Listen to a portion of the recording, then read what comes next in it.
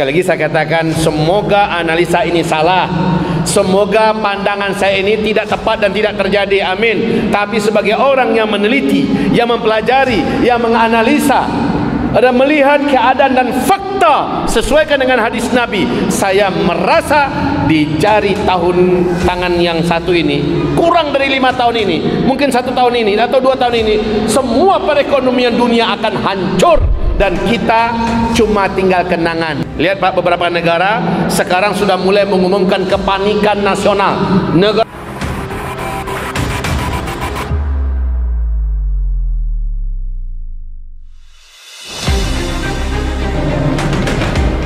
wa ashhadu anna sayyidana wa habibana Muhammadan abduhu wa rasuluh la nabiyya ba'dah. Allahumma la sahla illa ma ja'altahu sahla wa anta taj'alul hazan idza syi'ta sahla. Rabbana shrah lana sudurana wa yassir lana umurana wahlul 'uqdatam min lisanina yafqahu qawlana. Amma ba'du, ma'asyiral muslimin wal muslimat, mukminin wal mukminat, hamba-hamba Allah sekalian yang semoga disayangi, dijaga, dilindungi, diistiqomahkan oleh Allah dan akhir hayatnya husnul khatimah, amin ya rabbal alamin. Segala pujian kita dan syukur hanyalah Allah yang berhak menerimanya. Kita ucapkan alhamdulillah bi ni'matihi tatimmus salihah. Segala pujian bagi Allah, dengan nikmat Allah semua kebaikan-kebaikan dapat kita kerjakan. Kemudian salawat dan juga salam kita untuk Habibillah Sayyidina Muhammad Rasulullah sallallahu alaihi wasallam. Allahumma salli wa sallim ala hadha nabi wa ala alihi wa sahbihi wa man tabi'ahu bi ihsan ila yaumiddin. Amma ba'du. Segala penghormatan, segala takdir dan ikram kita tumpangkan kepada para pembicara kita terlebih dahulu, baik moderator kita, protokol kita, dan Pak Camat kita, imam kita, semuanya kita sampaikan dan kita titipkan segala rasa hormat tadi. Dan bapak-bapak, ibu-ibu, tema kita malam hari ini bagi saya pribadi termasuk tema baru orang minta pada saya, dan saya senang. Biasanya selalu permintaan judulnya adalah akhir zaman. Asal diundang akhir zaman, akhir zaman. Lama-lama lengket nama Ustadz akhir zaman ke saya. Padahal bidang saya dulu ketika di Mesir adalah jurusannya tafsir. Ketika saya di Libya, jurusan saya adalah dakwah. Saat saya mulazamah di 2 negara ini, saya mendalami urusan akidah. Tetapi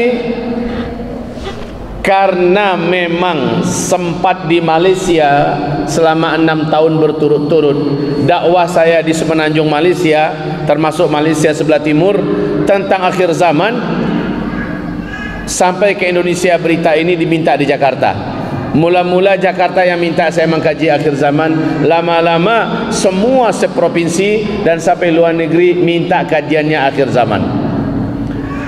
Jadi saya katakan tadi, judul kita malam hari ini adalah berkurbanlah sebelum segala sesuatunya terlambat. Bagi saya ini judul baru yang diminta bagi saya, kepada saya. Tapi apakah saya kaget? Tidak. InsyaAllah ta'ala sebagai seorang muballigh, sebagai seorang da'i, sebagai seorang salah satu di antara penggerak dakwah umat, tema apapun yang diminta asal masih dalam koridor agama, InsyaAllah kita bisa menyampaikannya. Baik, timbul keributan yang tidak perlu di tengah umat. Kenapa kita bisa beda? Kita kan kiblatnya ke Mekah sana. Kalau ini adalah hari raya haji, patokan hajinya Arafah dong. Al-hajju Arafah, kata Rasulullah. Haji itu adalah Arafah, sehingga ribut. Padahal ini ribut nggak perlu. Nggak perlu ribut. Kenapa? Karena kita seluruhnya pakai dalil. Kita seluruhnya bertopang kepada dalil. Kasus seperti ini pernah terjadi di zaman para sahabat dulu, antara Quraib dengan Ibnu Abbas radhiyallahu anhuma. Orang Madinah menyaksikan ru'yah mau masuk Ramadan, beda harinya dengan orang yang ada di Syam. Maka apa kata Ibnu Abbas? Silahkan kalian yang di Syam sesuai dengan apa yang kalian lihat puasanya, kami melihat di sini sesuai dengan apa yang kami saksikan. Likulli baladin ru'yatuha, setiap negeri, setiap negara ada ru'yahnya masing-masing. Ini mazhab diakui, diterima oleh seluruh para ulama, walaupun mazhab Syafi'i. Halo, masih bisa? Ya, kita teruskan. Wahai Bapak Ibu yang kami muliakan, jadi ini sekali lagi saya katakan tidak ada masalah ya, karena ada dalilnya dan beda-beda mazhab dalam perkara ini memberikan kemudahan. Mana yang kami ikut, mana saja yang diikut benar. Loh, kok bisa begitu? Ini masuk dalam itor ijtihad. Kalau ijtihad itu Bapak Ibu, benar 2 pahala, enggak benar dapat pahala tapi 1. Berarti dua-duanya dapat pahala. Benar 2 pahala, tidak benar tetap dapat pahala, cuma 1. Yang enggak benar mana? Yang enggak mau Idul Adhaan, itu yang enggak benar. Yang enggak benar mana? Yang tidak mau menyambut hari 9 Zulhijjah, ini yang enggak benar. Yang enggak benar mana? Yang enggak senang, yang enggak gembira, yang tidak mempersiapkan diri menyambut Zulhijjah. Begitu Bapak. Jadi masalah ini khalas, tidak usah diperuncing, tidak usah diperdebatkan. Semoga kita seluruhnya bisa rukun, bisa tentram, bisa damai, dan bisa tetap saling tersenyum, saling menghargai, saling menghormati, dan tidak tuding-tudingan. Amin. Ini yang pertama. Yang kedua, wahai Bapak Ibu, hamba-hamba Allah yang kami muliakan, berkurban. Sebenarnya saya mau sampaikan sesuatu yang di Indonesia ini masih jarang orang buat. Di Indonesia ini masih jarang orang buat. Mungkin hampir-hampir saya nggak ketemu gitu loh. Apa? Ketika kami membedah kitab Fathul Bari, syarah Sahih Imam Al-Bukhari oleh Syekh Al-Hafiz Ibnu Hajar Al-Asqalani. Saat itu kami membedah kitabnya Syekh dengan Syekh dari Sudan, yakni Syekh Musa'id bin Bashir Ali Al-Husaini As-Sudani. Mudah-mudahan Ustaz jumpa sama beliau ya. Kami bedah kitab itu sampai khatam, sampai kami dapat sanad dari beliau ya. Membedah hadis Sahih Bukhari yang syarahnya Fathul Bari. Masya Allah. Yang kami dapatkan penjelasan di sana Bapak Ibu, apa kata para sahabat, seperti kata Anas bin Malik, kami kalau sudah masuk 1 Zulhijjah, Madinah menggema takbirannya. Madinah menggema takbirannya. Salat subuh, salat zuhur, salat maghrib, salat isya, dari awal 1 Zulhijjah sampai 3 hari penyembelihan, menggema takbirnya. Allahu Akbar, Allahu Akbar, Allahu Akbar, menggema di mana-mana. Lah kalau kita di Indonesia biasanya kapan baru menggema? Malam mau sholat Id besok baru takbiran di mana-mana. Padahal kata para sahabat bersaksi, tidak ada satu rumah pun melainkan kami mendengarkan orang dalam rumah itu takbiran dari 1 Zulhijjah. Di warung-warung, di toko-toko, di kedai-kedai, di kebun-kebun, di mana-mana orang takbiran. Kalau kita besok mau Idul Adha baru takbiran. Beda ya. Padahal sumber Islam dari sono. Yang ngajarin Islam Rasulullah, yang nyontohkan Rasulullah dan para sahabat. Jadi sedapatnya kita tiru beliau secara maksimal ya. Di Idul Adha ya, di tanggal 1 Zulhijjah seterusnya kita takbiran. Mau dalilnya buka kitab Fathul Bari Syarah Sahih Imam Al-Bukhari, dapatkan penjelasan itu di sana. Kemudian dalam bulan Zulhijjah 9 hari terakhir, awal-awal yang di 10 pertama, a'azamu ayyam indallah, seagung-agung hari di sisi Allah adalah 9 hari pertama dari Zulhijjah. Maka perbanyaklah ibadah, perbanyaklah sedekah, puasalah di 9 hari tersebut, paling tidak tanggal 9-nya, paling tidak gitu Pak Ibu. 9 Zulhijjah sedekah, nilainya dahsyat. Jadi motivasi saya kepada Bapak Ibu semua pada malam hari ini bukan masalah kurban saja ya. Dari awal Zulhijjah kita sisir terlebih dahulu amalan yang dilakukan pada hari ini, seperti kata Rasulullah SAW, sumu yauma tasumun wa aftiru yauma tuftirun wa dhahhu yauma tadhahhun. Berpuasalah kamu ketika masuk bulan puasanya, berbukalah kamu saat bulan berbuka sudah datang, dan berkurbanlah kamu saat hari-hari kurban sudah datang. Bapak Ibu yang kami muliakan, amalan itu besar pahalanya kalau di waktunya. Amalan itu besar waktunya, pahalanya kalau di waktunya. Pahala tahajud kapan paling besar pahalanya Pak? Hah? Pada jam tahajud. Coba di jam duha salat tahajud. Bingung malaikat, mau catat apa enggak nih, orang bingung nih orang.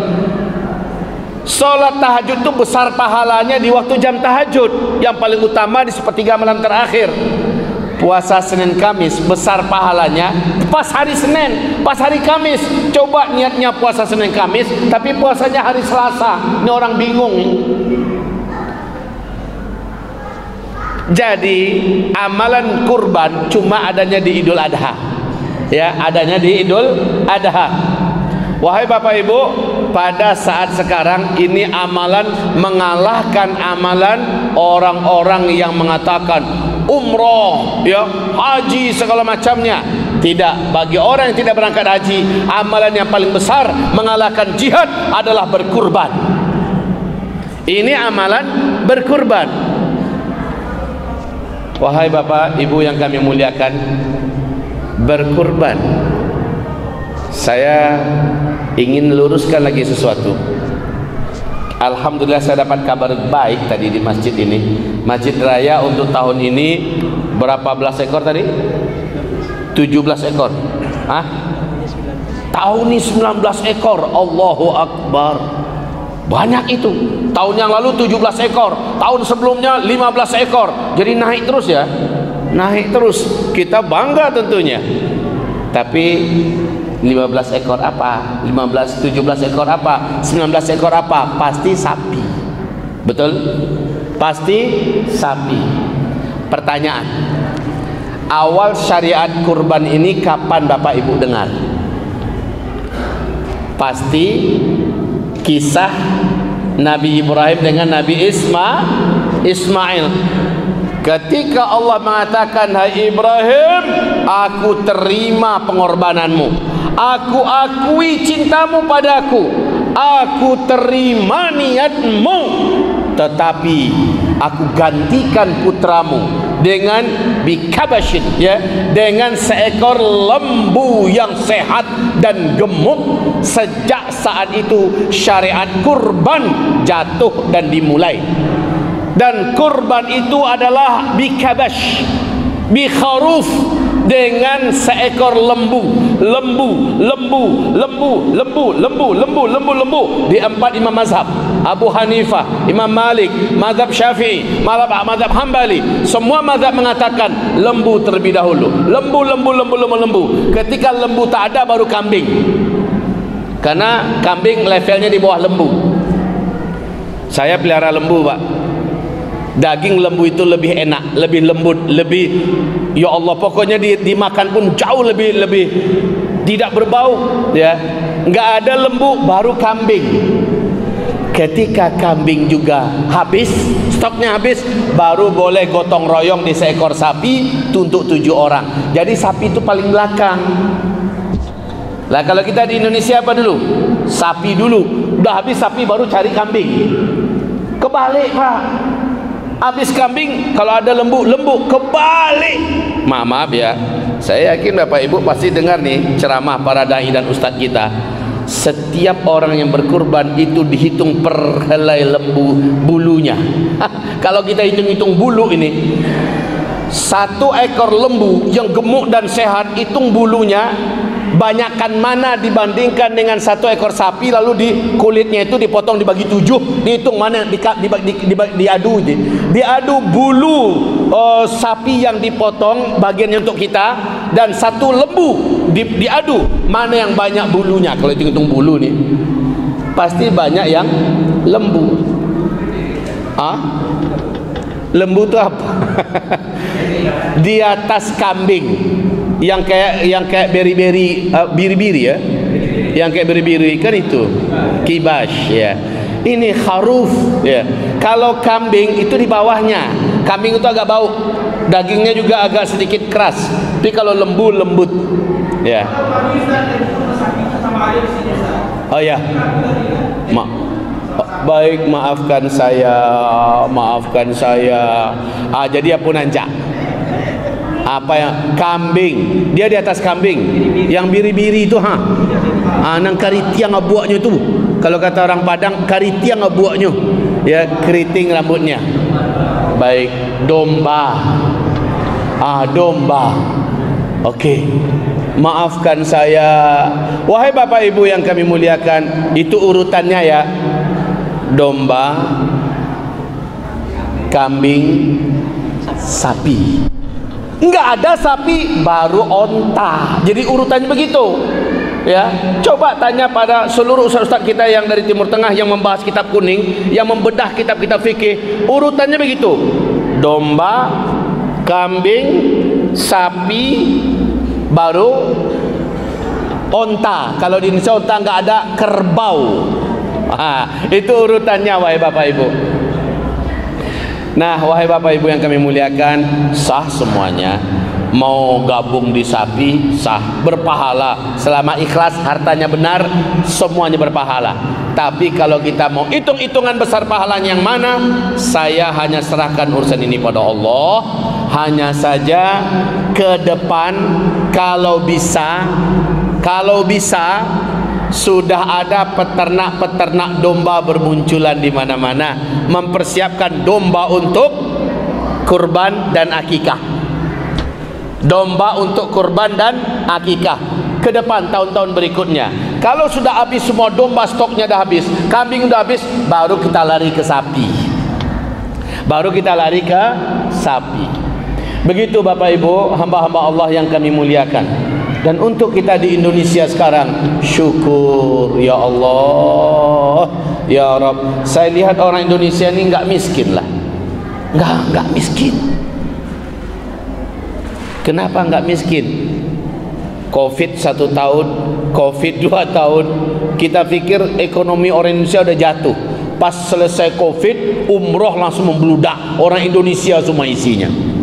Ketika haji dibuka, ketika on hamles dibuka, harganya udah hampir 300 juta satu porsi haji furoda, Pak.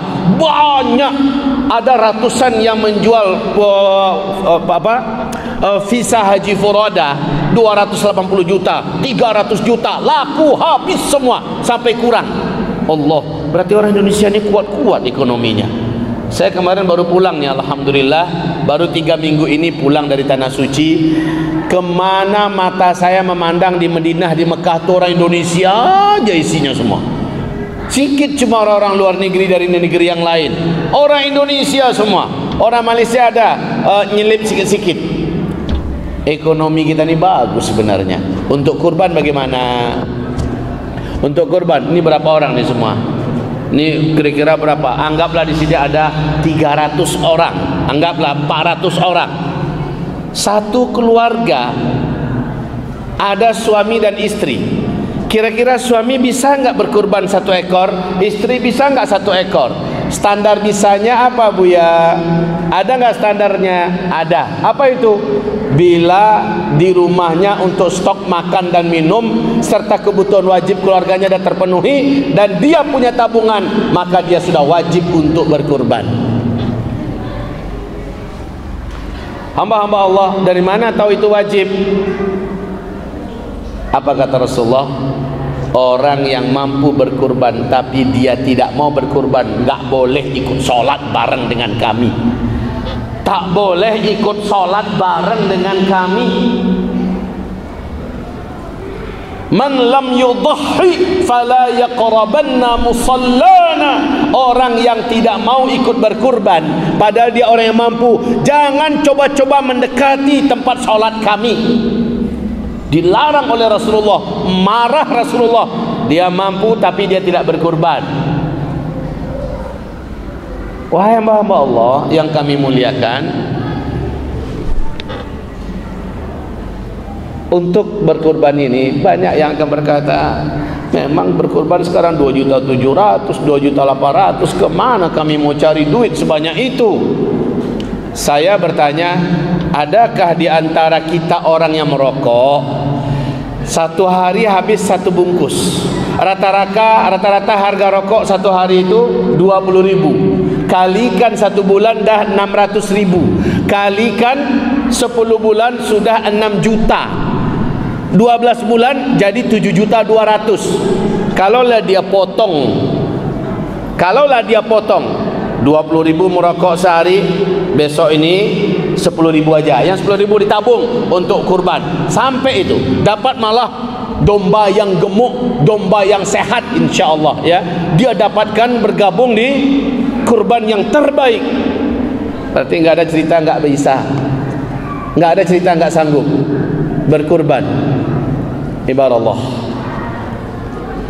Allah Subhanahu wa ta'ala tidak memerlukan dagingnya dari kita, dan memang nggak sampai kepada Allah. Allah juga tidak butuh dengan darahnya, dan juga semuanya itu la yanalullahu luhumuha wala dimauha, takkan sampai kepada Allah dagingnya, tidak pula darahnya. Tapi yang sampai kepada Allah apa? Ketundukan kamu, kepatuhan kamu dalam menjalankan perintah. Saya perintahkan kamu jalankan. Nah, ketaatan kamu itu, takwa kamu itu yang sampai kepada saya. Orang yang disuruh tapi tidak mau. Pak, Ibu, saya baca hadis. Apa kata Rasulullah? Kullu ummati yadkhuluna jannah. Seluruh umat pasti akan masuk surga. Senang enggak hati Bapak Ibu dengar hadis ini? Seluruh umatku pasti masuk surga. Tapi sayang hadisnya enggak titik sampai di situ ya, koma baru. Illa man aba, kecuali yang aba, kecuali yang enggan. Qalu, para sahabat bertanya, wa man ya'ba ya Rasulullah, wa fi riwayah wa man aba ya Rasulullah, siapa orang yang enggan itu ya Rasulullah? Nabi menjawab, Man ata'ani dakhalal jannah wa man asani faqad aba. Orang yang ketika aku suruh dia patuh, orang yang ketika aku perintahkan dia jalankan, orang yang ketika aku larang dia berhenti, itulah umatku yang pasti masuk surga. Wa man asani faqad aba. Tapi orang yang aku suruh dia tak jalan, aku perintahkan dia tak kerjakan, aku larang malah itu yang dia buat, faqad aba, itulah umatku yang enggan, dialah yang tidak akan masuk surga.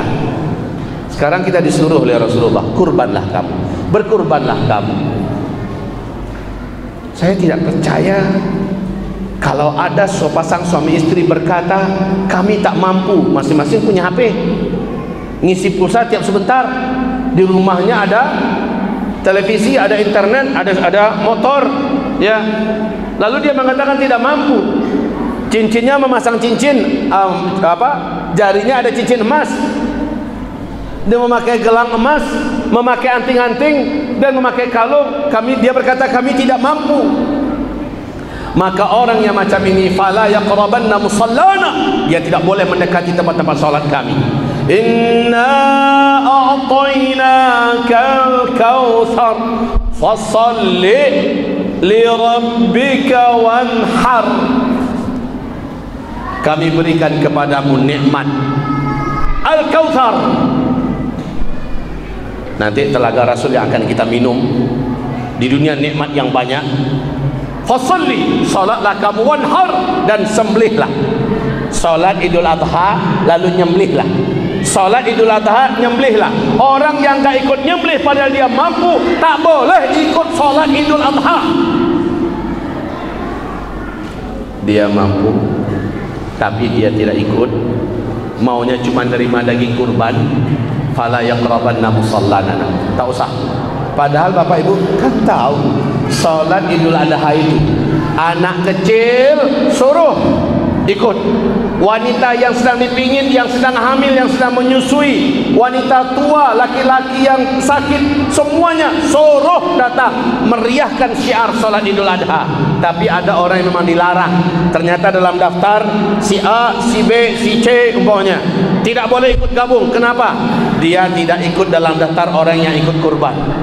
Macam itu Pak. Kalau seandainya hiduplah Rasulullah zaman sekarang, kami tidak mendengar ada sahabat-sahabat yang tidak ikut kurban Pak, kecuali yang betul fakir dan miskin, baru mereka enggak ikut.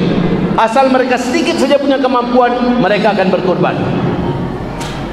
Ibarat Allah, hamba-hamba Allah yang saya cintai, yang saya muliakan, sekarang masih ada waktu nih, masih ada waktu. Bapak, Buya, boleh enggak kami sekeluarga patungan? Kami satu keluarga patungan untuk berkurban ikut di satu bagian. Saya jawab bismillah. Maju nanti atas nama Bapak, pokoknya nama Bapak Ustaz Muhammad, Ustaz Zulkifli, ya. Kita maju, padahal kita nggak mampu. Tapi kalau patungan sekeluarga mampu, maju saya. Nanti ketika nyembelih, tiru Nabi Muhammad SAW, Allahumma taqabbal min Muhammad wa ali Muhammad. Jadi Nabi ketika mau menyembelih, Allahumma taqabbal min Muhammad wa ali Muhammad. Ya Allah, terimalah ini kurban dari Muhammad dan juga seluruh keluarganya Muhammad. Bismillah, Allahu Akbar. Nyembelih beliau. Ya, jadi patungan kalau memang betul tak mampu. Kalau mampu, istri satu, suami satu, nanti anak juga ajak, yuk nak kurban satu. Saya rasa Masjid Al-Falah bisa 200 ekor nih satu tahun. Bisa 200 ekor, bisa 250 ekor. Oh, masyarakat seramai apa sekitar sini. Tiap masjid banyak. Memang ini hari makan-makan. Lalu dagingnya dikemanakan? Itu kaji lain lagi. Itu kaji lain lagi. Bahkan apa kata para sahabat? Kami di waktu susah, kami langsung habiskan daging kurban. Tapi ketika daging kurban menjadi banyak, kami sampai menyimpannya. Jadi boleh disimpan. Boleh disimpan. Mau 3 hari, mau 1 bulan, mau 3 bulan, asal ada freezer aja boleh disimpan. Ketika udah melimpah Pak, udah dikirim ke sana, udah dapat semuanya, maka boleh nyimpan. Tapi kemarin saya dapat info. Saya alhamdulillah Ustaz baru pulang dari Palestina. Alhamdulillah. Jadi dari Arab Saudi kemarin, Mekah Madinah langsung Yordania. Dari Yordania langsung ke Palestina. Dari Palestina langsung ke Mesir. Baru pulang. Baru 3 minggu ini pulang. Nah, di Palestina masyarakat yang saat ini, kaum muslimin yang saat ini ada di sana, Pak, sudah puluhan tahun. Bahkan ada seorang imam masjid yang jaraknya cuma 13 km dari Masjidil Aqsa. Di depan kami yang 120 orang jamaah yang berkunjung, beliau berkata sambil bercucuran air mata, katanya apa? Tolong wahai jamaah sekalian, kalian ini tamu-tamu Allah, kalian ini musafir yang dicintai oleh Allah. Doakan saya, doakan kami. Saya sudah 33 tahun tidak pernah bisa sholat di Masjidil Aqsa, padahal jaraknya cuma 13 km dari Masjidil Aqsa. Beruntung kalian, kalian dari Indonesia bisa masuk dan bisa sholat di Masjidil Aqsa. Allah, kami terharu mendengarkan itu. Baru terasa oleh kami besarnya arti bisa berangkat ke Masjidil Aqsa. Sementara pimpinan travel kami, pemilik travel namanya Pak Ala, beliau adalah orang Mesir. Beliau juga berkata setiap kami mau masuk, apa katanya? Tolong doakan saya di sana. Saya ingin untuk sholat di Masjidil Aqsa. Seumur hidup belum pernah bisa. Jadi orang Arab saja nggak bisa sholat di Masjidil Aqsa, Pak. Orang Arab apapun saja Arabnya nggak bisa. Bahkan Raja Jordan kalau kepengen, urusan birokrasi dan urusan diplomasinya tinggi untuk bisa masuk. Kita orang Indonesia bisa. Padahal kata Rasulullah SAW, saudaraku Sulaiman, Nabi Sulaiman maksudnya ya, berdoa kepada Allah tentang Masjidil Aqsa. Ini kita nyimpang sedikit ya. Apa kata Nabi Sulaiman? Ya Allah, berikanlah kepada aku kekuasaan. Doanya di mana? Setelah Nabi Sulaiman selesai membangun Masjidil Aqsa, di situ Nabi Sulaiman angkat tangan, ya Allah, berikanlah kepada aku kekuasaan yang engkau tidak akan pernah berikan kepada manusia manapun saja sampai hari kiamat. Dan kata Rasulullah, Allah telah kabulkan doa Sulaiman itu. Kemudian yang kedua, Nabi Sulaiman berdoa, ya Allah, berikan aku kemampuan untuk menghukum, untuk menegakkan hukum-Mu dengan seadil-adilnya ya Allah. Allah pun telah mengabulkan itu. Yang ketiga doa Nabi Sulaiman, ya Allah, siapapun salat di Masjidil Aqsa ini, ya Allah, siapapun yang salat di Masjidil Aqsa ini karena wajah-Mu walau hanya 2 rakaat, setelah dia keluar dari masjid ini, ya Allah, bersihkan seluruh dosa-dosa yang pernah dia buat seumur hidupnya, jadikan dia bagaikan bayi yang baru lahir dari rahim ibundanya. Dan apa kata Rasulullah? Saya berharap semoga doa yang terakhir ini Allah kabulkan juga untuk umat Nabi Muhammad sallallahu alaihi wasallam. Makanya salah satu keutamaan salat Masjidil Aqsa, walaupun cuma 2 rakaat, Pak, semua dosa kita menurut hadis ini diharapkan oleh Rasulullah dalam doanya, Allah bersihkan dosanya. Oke, jadi waktu kami ke sana, kami bertanya pada mereka, di sini kalau Idul Adha bagaimana? Mereka terdiam. Dan mereka menjawab, kami ada makan daging, tetapi bagi kami daging itu adalah benda yang cukup langka dan harganya sangat mahal. Allah. Di Payakumbuh, Bukit Tinggi, sedang keliling ini ada beberapa syekh dari Palestina. Harga 1 ekor kambing sapi kurban 35 juta kalau di Palestina, 2 kali lipat kita. Harga 1 ekor domba itu adalah 5 juta rupiah. Nah, kalau memang sudah kebanyakan kita, kan judulnya tadi kalau sudah kebanyakan di kita lemparlah ke sana lagi. Tolonglah saudara kita di Palestina agar mereka bisa menikmati makan daging kambing, daging domba, daging sapi, ya. Bapak Ibu yang kami muliakan, ini tentang masalah berkurban di Indonesia. Setiap kita ikutlah. Masih ada waktu. Masih ada waktu. Berapa hari lagi? 2, besok 3, 4, 5, 6, 7, 8, 9. Masih ada 9 hari lagi. muncul pertanyaan, Buya, kami dengar kabar, kami dengar cerita nih, ada pengajian entah siapa dulu yang menyampaikan, kalau dulu waktu kecil kita belum diakikahkan bapak ibu kita nggak boleh ikut kurban sampai kita akikahkan diri kita dulu. Saya balik bertanya, siapa ya yang memfatwakan itu? Siapa ya yang ngajarkan itu tuh siapa? Siapa ya nabinya? Kalau masih Nabi Muhammad nggak pernah ngajarkan itu. Kalau kita belum diakikahkan oleh bapak ibu kita, itu amalan yang menjadi beban dipikulkan oleh Allah ke pundak kedua orang tua kita. Kalau memang kita belum diakikahkan, ya sudah, memang rezeki orang tua kita untuk mengakikahkan kita nggak ada lah. Kalau kita diberi Allah kemampuan, berkurbanlah kita, nggak ada hubungan dengan akikah. Walaupun boleh seandainya ayah bunda, dulu kan kami, kata ayah bunda, karena miskin, ayah bunda gak sanggup akikahkan kami ini, saya sedekah ayah, saya sedekah 5 juta, ayah akikahkanlah saya. Walaupun dalam mazhab, salah satu mazhab ulama Syafi'i mengatakan boleh, nggak apa-apa, karena memang orang tua tak mampu, anak boleh sedekah ke orang tuanya agar orang tuanya mengakikahkan dirinya. Walaupun itu dikatakan boleh, ya sudahlah, jalankan. Tapi yang penting berakikah tidak ada hubungannya dengan berkurban. Gitu Pak. Jadi saya sedikit menyelesaikan beberapa permasalahan yang rumit. Termasuk orang yang bertanya, boleh nggak nanti besok kita kurban langsung nyampur dengan dengan akikah? Atau boleh nggak kurban kita besok nih untuk kita semua dagingnya, nggak kita bagi-bagi sama orang, ya boleh nggak untuk kita? Apa kata Ibnu Abbas? Adapun kurban kami biasanya kami bagi 3, sepertiga untuk kami, sepertiga untuk keluarga besar kami, sepertiga untuk masyarakat. Ini kata Ibnu Abbas.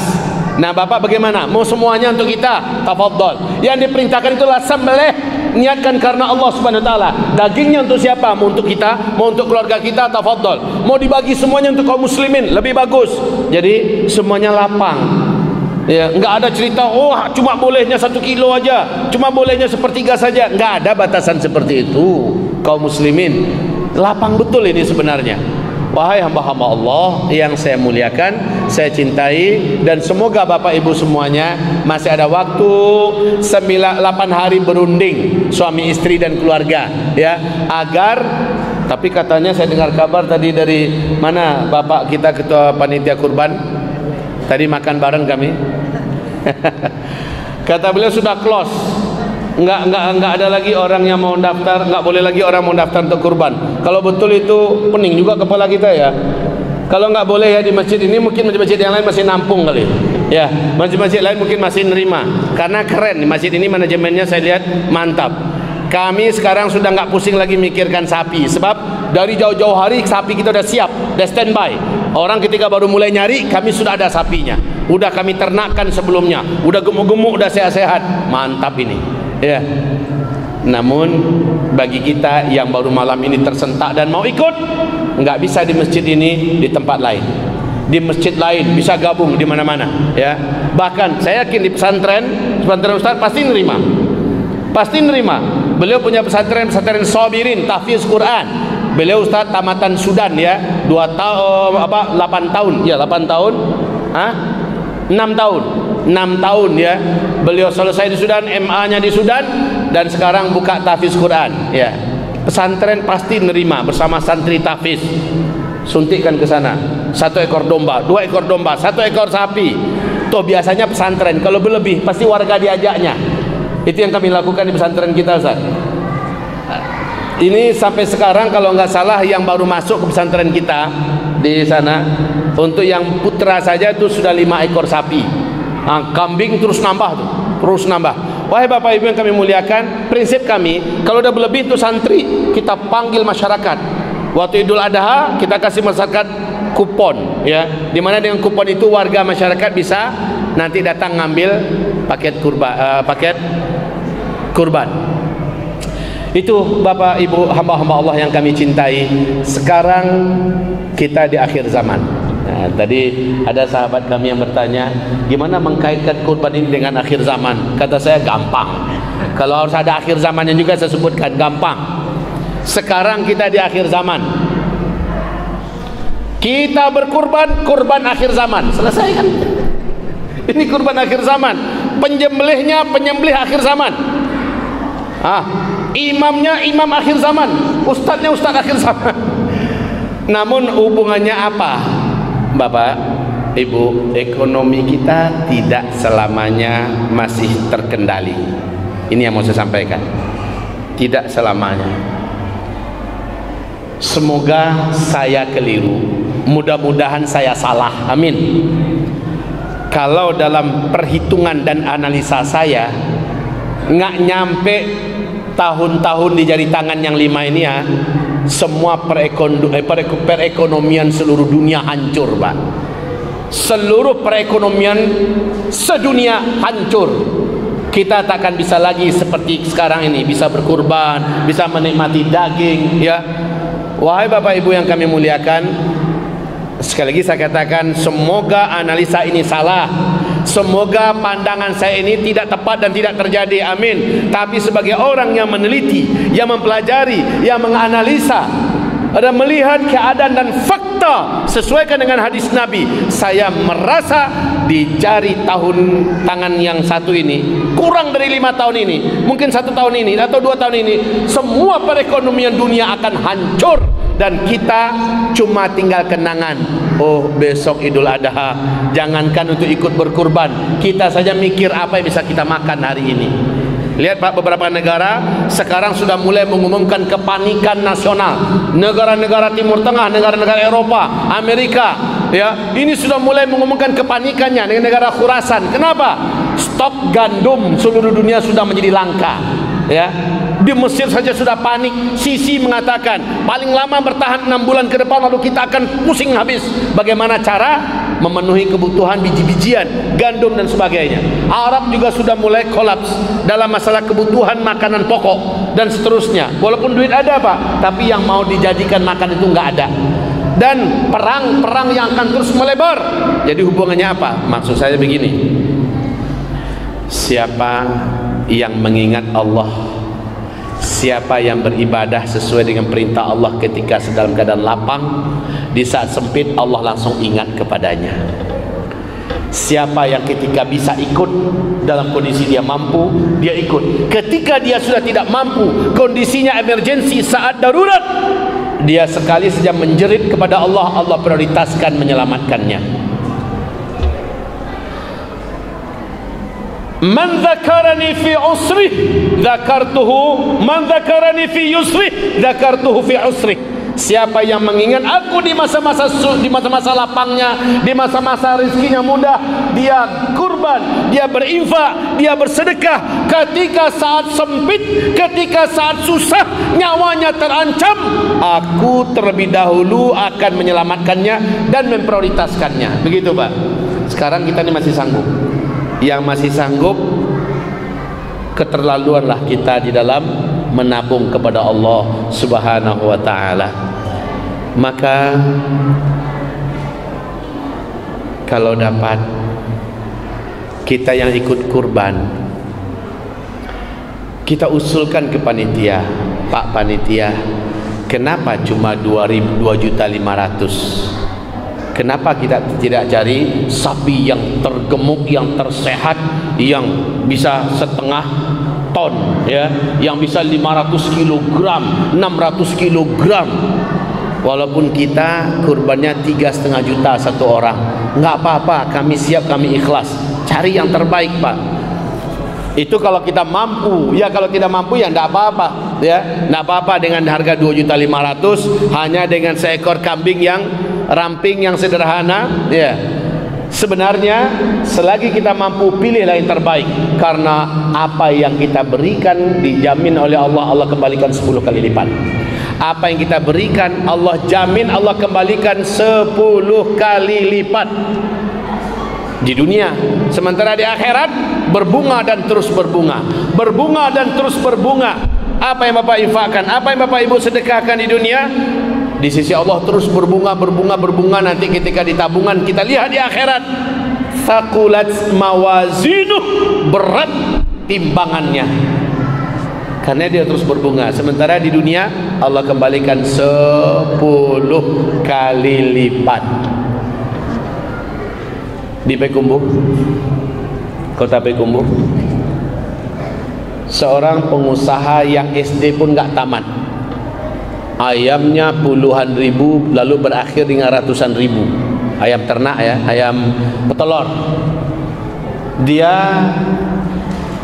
SD pun tak tamat. Ketika saya selesai ceramah, kami pun diundangnya makan di rumahnya. Lalu dia bercerita, saya pun tak tamat SD, tapi alhamdulillah orang yang levelnya doktor saja istilahnya jadi anggotanya, jadi bawahannya, jadi anak buahnya, jadi suruhannya. Udah doktor, udah S2, udah pakar ini, jadi anak buahnya. Lalu ada teman kita yang bertanya, apa rahasianya ini Pak Ite? Ya, panggil Pak Ite ya. Apa rahasianya ini Pak Ite? Kata beliau, saya percaya siapa yang rajin menabung hartanya kepada Allah, Allah akan jaga seluruh hartanya, Allah akan kembalikan untuknya lebih baik, lebih banyak dan lebih berkah. Allah. Orang ini enggak tamat SD Pak, tapi dia percaya dengan apa yang Allah umumkan, dengan apa yang dikatakan Rasulullah. Siapa yang rajin menabung kepada Allah, kurban ini termasuk nabung. Bangun masjid nabung, bantu pesantren nabung, mengantarkan anak belajar ke Timur Tengah sana biar menjadi dai dan ulama itu nabung, ya. Menyantuni anak yatim piatu nabung, itu nabungnya pada Allah Subhanahu wa taala. Kasih ke manusia, nabungnya pada Allah.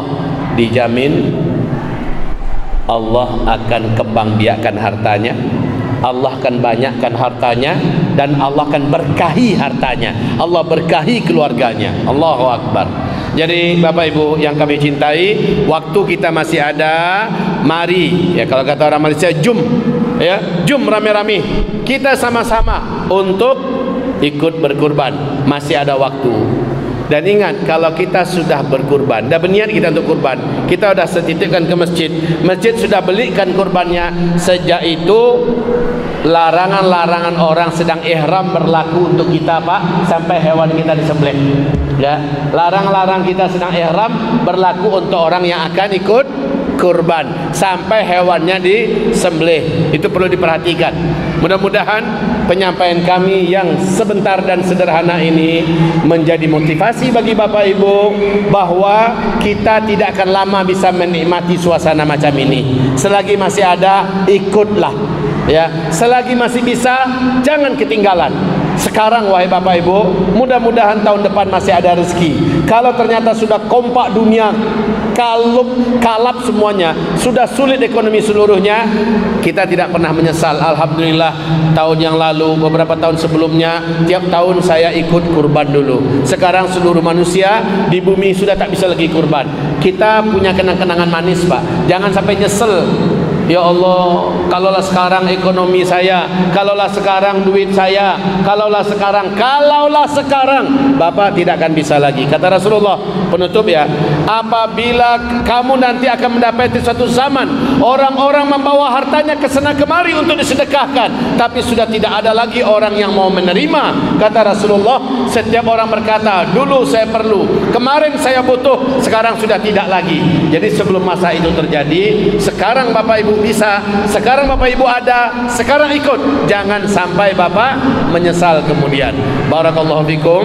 Mungkin kalau memang ada diskusi, tanya jawab sebelum doa, kami persilahkan.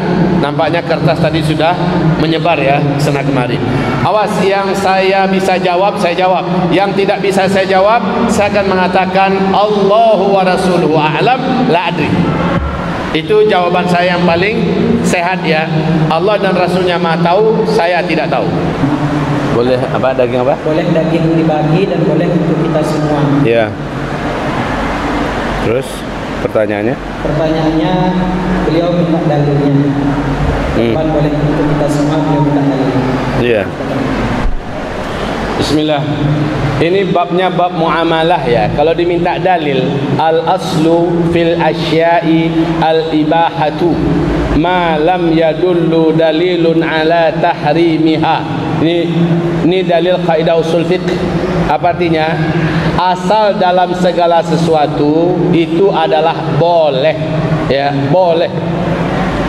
Selama tidak ada dalil yang mengharamkannya. Ya, boleh.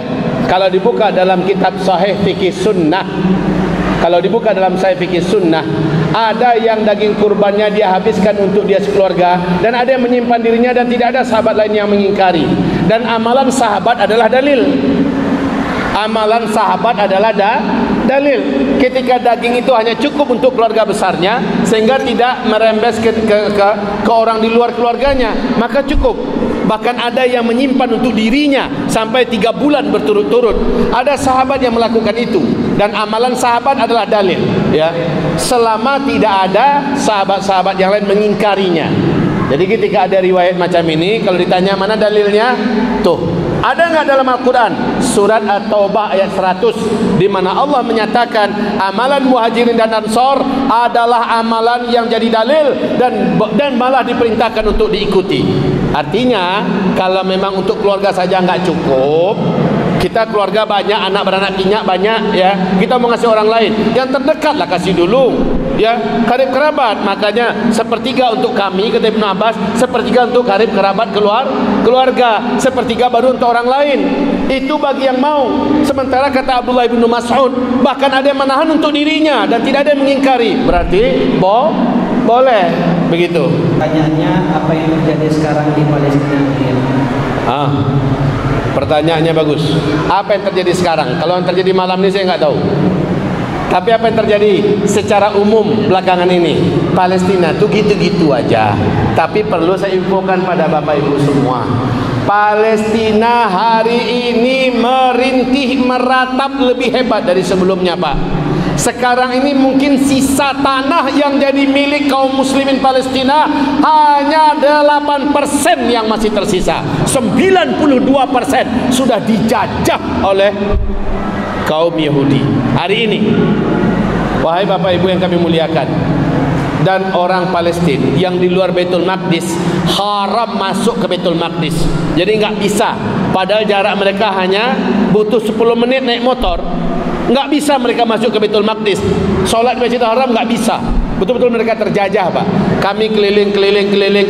Seluruh tanah-tanah rakyat Palestina yang udah dijajah oleh Israel, Pak, itu sekarang udah mewah-mewah tanahnya.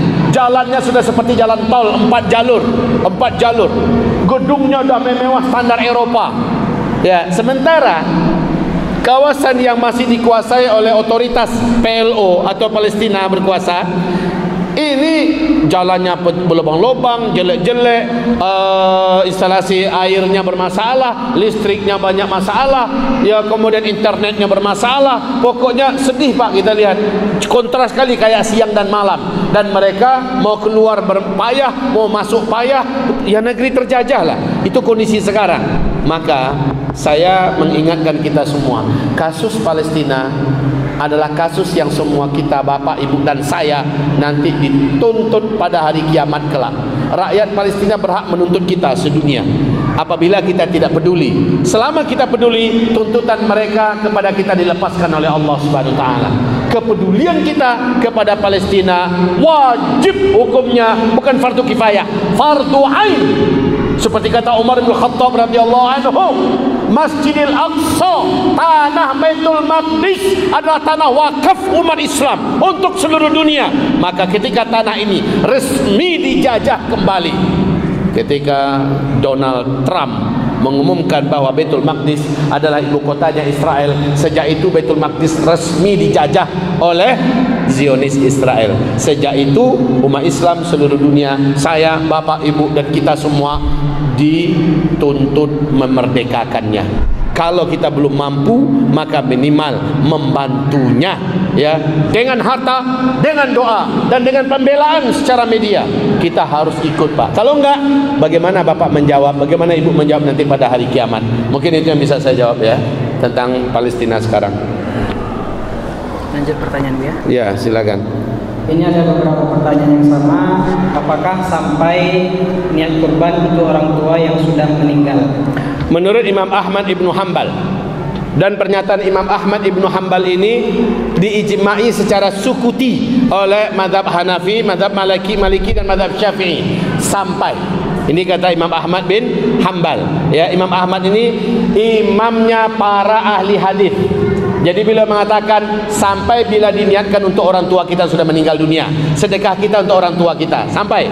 Dan mazhab Hanafi, Maliki, Syafi'i tidak membantah, maka dimasukkanlah ini dalam pembahasan ijma' sukuti, ya. Terjadi konsensus secara sukuti, ya. Hah? Sebutkan ketika nyembelihnya. Ya, dibuatkan namanya. Namanya Muhammad Ali almarhum. Nama saja Muhammad Ali almarhum, ya. Selanjutnya ya, ada pertanyaan, berdosakah istri bersedekah tanpa seizin suami? Kalau harta itu harta bersama, berdosa. Walaupun niatnya bagus, apalagi itu resmi harta suami. Istri diam-diam dia tahu suaminya pelit, kalau minta izin nggak akan diizinkan, lalu diambil, lalu disedekahkan. Kata Rasulullah, istri itu maling. Ya, istri itu maling. Tapi kalau harta itu harta milik pribadi istri, dia bersedekah, dia tidak perlu minta izin pada suami, bahkan nggak perlu juga ngasih tahu suami. Gitu ya. Baik. Silakan. Selanjutnya Abu ya, pertanyaan. Saya mau bertanya, saya belum pernah berkurban, tapi ingin berkurban atas nama orang tua. Boleh atau tidak? Sudah terjawab tadi, ya. Silakan. Sudah, berarti bisa. Oke, terus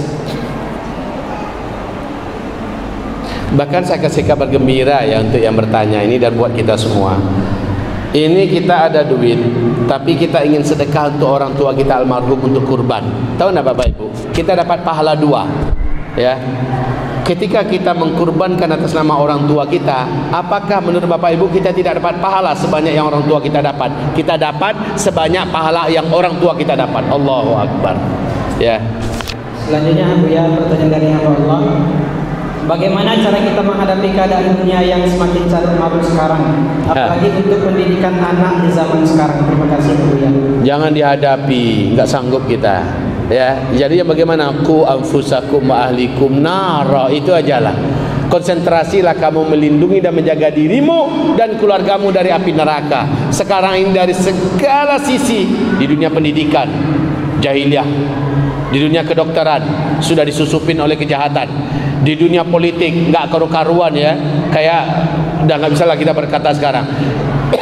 Di dunia seni, di dunia media, dunia apa saja, seluruhnya ada carut marut. Maka yang paling baik dan benar hari ini adalah ya ayyuhalladzina amanu qu anfusakum wa ahlikum nara. Jaga dirimu, jaga keluargamu dari api neraka. Istiqomahlah, salat 5 waktunya berjamaah ke masjid. Istiqomahlah itu, dan rajinlah bersedekah. Saya rasa itu pesan yang paling kuat di akhir zaman. Sabar menjaga nilai-nilai yang luhur dalam Islam. Istiqomahlah dan jangan pernah kita terbawa arus, kita berubah warna. Tetap ana muslim, I am a muslim. Tetaplah istiqomah. Itu aja saran kita. Dunia dihadapin, enggak kehadapin oleh kita dunia. Tolong diri kita dengan doa kepada Allah Subhanahu wa taala. Istiqomahkan hamba-Mu ya Allah. Lanjut. Jam berapa sekarang? Jam 9:30 ya. Oke. Masih banyak. Kurang lebih pertanyaan sama semua ya, terkait pahala kurban. Kurang lebih pertanyaannya bersama semua. Jadi tak ada lagi yang beda ya. Oke, kalau memang sudah rasanya tidak ada, maka kita akan lanjutkan dengan berdoa kepada Allah Subhanahu wa taala. Baik, Bapak Ibu yang kami muliakan, ini Masya Allah, Alhamdulillah hujan turun. Doa sangat mustajab ketika hujan turun. Saya berdoa, Bapak Ibu aminkan. Ini dalam kitab Sahih Bukhari juga ada. Apa kata Anas bin Malik? Salah satu kebiasaan Nabi, kalau kami kumpul-kumpul dengan beliau, kadang-kadang beliau yang angkat tangan dan berdoa, kami mengaminkan. Kadang-kadang salah seorang di antara kami disuruh oleh Rasul, kamu yang berdoa, lalu kami semua yang lain mengaminkan. Jadi ini kebiasaan yang mulia ya. Mari sekarang kita berdoa. Saya yang memanjatkan doa, Bapak Ibu mengaminkan semua ya. Al-Fatihah.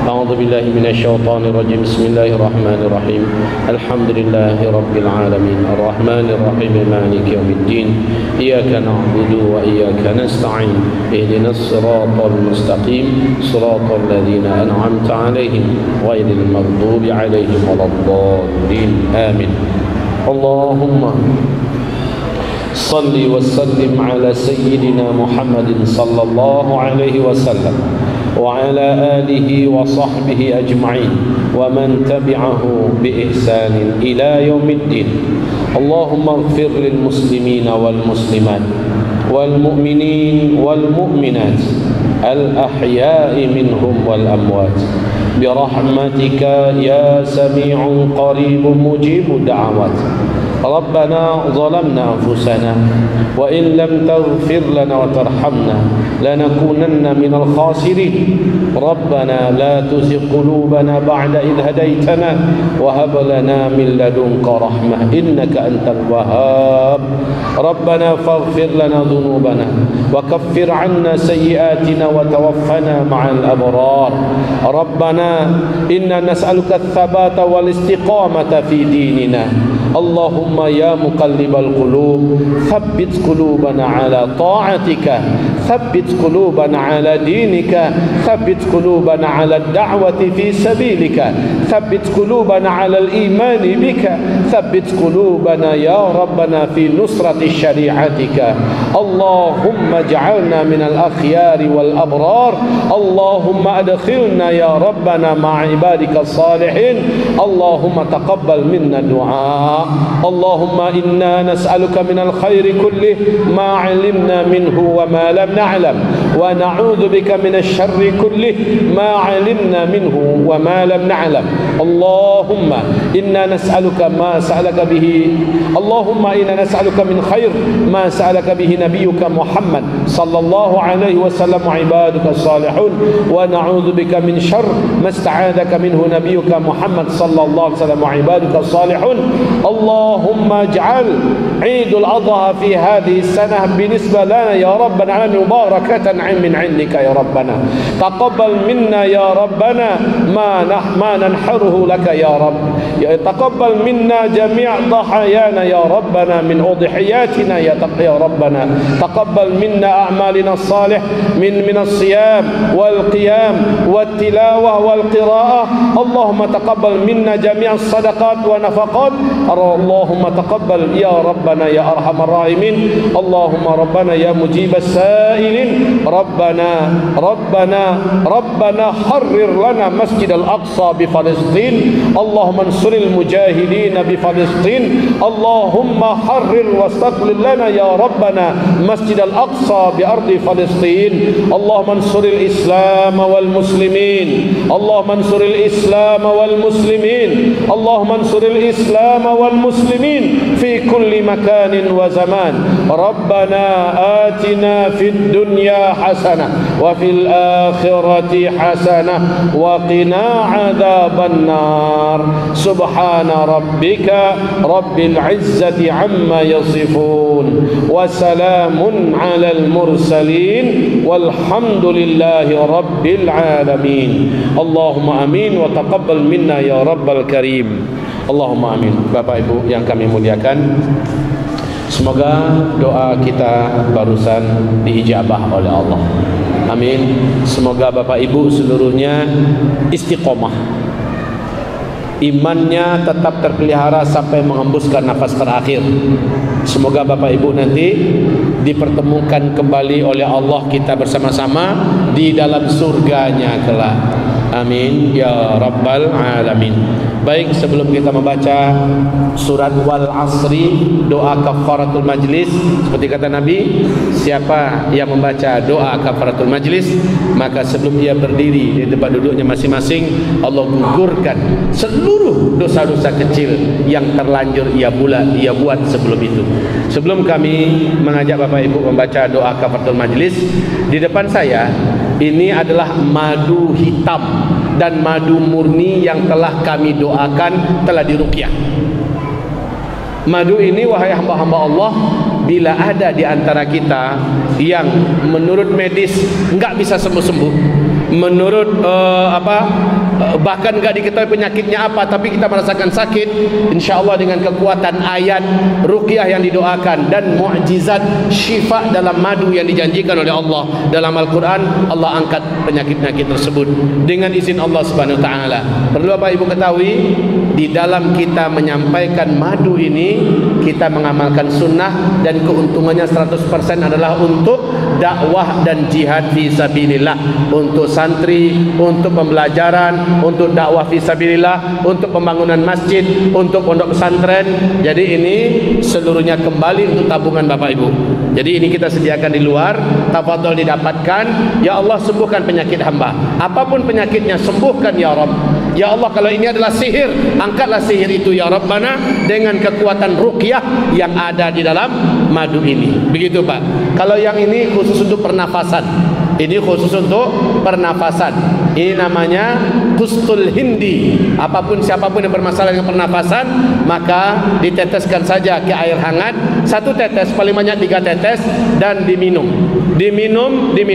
Paling kalau seandainya Bapak Ibu tak ada air hangat, teteskannya di bawah lidah 1 tetes, cukup. InsyaAllah masalah-masalah pernafasan diangkat oleh Allah. Dan ini pun sudah kita ruqyah. Ya, ini bibit dan biang aslinya kita impor dari India, dari Arab Saudi. Cuma 2 negara ini yang memproduksi Qustul Hindi yang kami tahu. Baik Bapak Ibu, dua-duanya terdapat di luar. Niatkan untuk berobat kepada Allah, minta kesembuhan dari Allah sambil menambah tabungan akhirat kita. Demikian saja, mari kita baca surat Wal Asri. A'udzu billahi minasyaitonir rajim. Sama-sama Bapak. Bismillahirrahmanirrahim.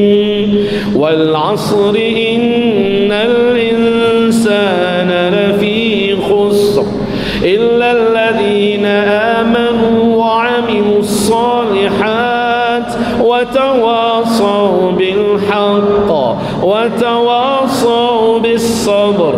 Allahumma arhamna bil Qur'an wa sadaqallahul azim.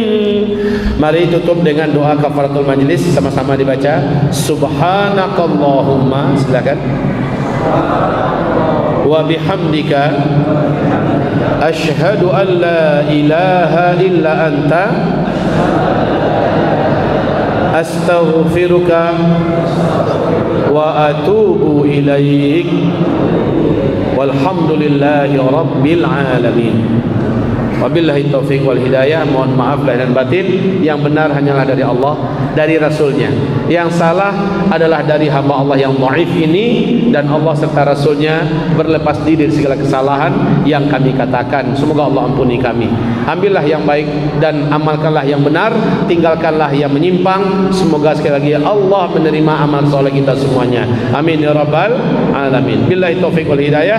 Wassalamualaikum warahmatullahi wabarakatuh.